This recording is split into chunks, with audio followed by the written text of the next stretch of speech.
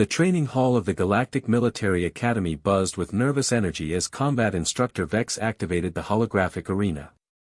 23 cadets from across the galaxy stood at attention, their various physiologies creating a rainbow of alien forms. Among them, seemingly unremarkable in her standard-issue uniform, stood Maya Rodriguez, the only human in the class. Today's exercise involves team-based combat scenarios, announced Instructor Vex, his crystalline voice echoing through the chamber. You will be divided into squads and face simulated enemy encounters. Maya noticed the subtle exchanges of glances between her classmates. The Altarian twins, Kex and Zephyr, whispered in their clicking language. The hulking Mortonian, Grath, cracked his knuckles with sounds like breaking stones. Even Lyra, the graceful Celestian whose people were known for their pacifist nature, seemed to be nodding along with some unspoken agreement. She had expected this. For 3 months since arriving at the academy, Maya had endured the whispers, the sideways looks, the casual dismissals. Earth was classified as a Class XII death world, a planet so hostile that its inhabitants were considered either incredibly resilient or utterly insane. Most galactic species viewed humans as primitive barbarians who had somehow stumbled into space travel. Squad assignments are as follows, Vex continued, but Maya already knew what was coming. One by one, names were called until only she remained. Cadet Rodriguez will face everyone else.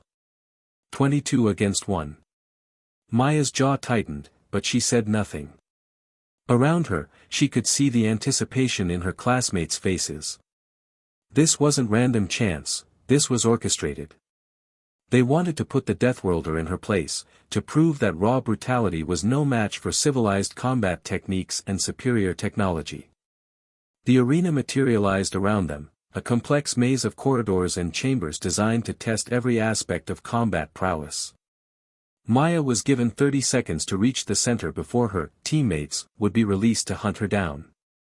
She sprinted through the metallic corridors, her human endurance allowing her to maintain a pace that would exhaust most other species within minutes. Behind her, she could hear the coordinated advance of 22 aliens, each confident in their numerical superiority. What they didn't understand was that humans hadn't conquered Earth through superior firepower or advanced technology. They had survived by being persistence predators, creatures that could outlast, outthink, and outbrutal anything that crossed their path. Maya reached the center chamber and immediately began setting her trap. Using the arena's environmental systems, she redirected air flow, altered lighting patterns, and created false thermal signatures. Her human brain, evolved for pattern recognition and tactical thinking, turned the sterile training ground into a hunting preserve. The first to fall was Kex, one of the Altarian twins. Maya dropped from an air vent directly onto his back, applying a sleeper hold that would be considered gentle by human standards but overwhelmed the delicate Altarian nervous system. He crumpled without a sound. Zephyr's anguished cry echoed through the corridors as he discovered his brother's unconscious form. That emotional response, so predictable, so exploitable, led him straight into Maya's second trap. A precisely thrown piece of debris struck his temple, and he joined his twin in unconsciousness. Grath, the massive Mortonian, burst into the chamber with a roar that would have terrified most species. Maya had fought alongside Mortonians before, they were strong but slow, their rocky hide providing excellent protection against energy weapons but little defense against human ingenuity. She led him through a series of corridors, gradually wearing him down, forcing him to exhaust his considerable strength against walls and barriers while she remained just out of reach. When he finally collapsed from exhaustion, 10 more had fallen to Maya's guerrilla tactics.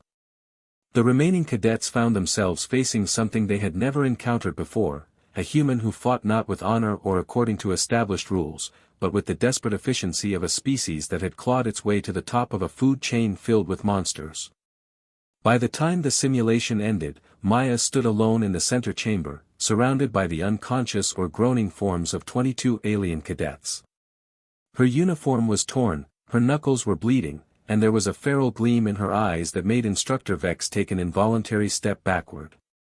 "Lesson learned?" she asked, her voice barely above a whisper. From that day forward, No one questioned why Earth was classified as a death world, or why its inhabitants were quietly recruited into the galaxy's most elite military units. Maya Rodriguez had taught them all a valuable lesson about the difference between civilization and survival. The Deathworlders hadn't earned their reputation through luck. They had earned it through 22 unconscious aliens who had learned what real pain felt like.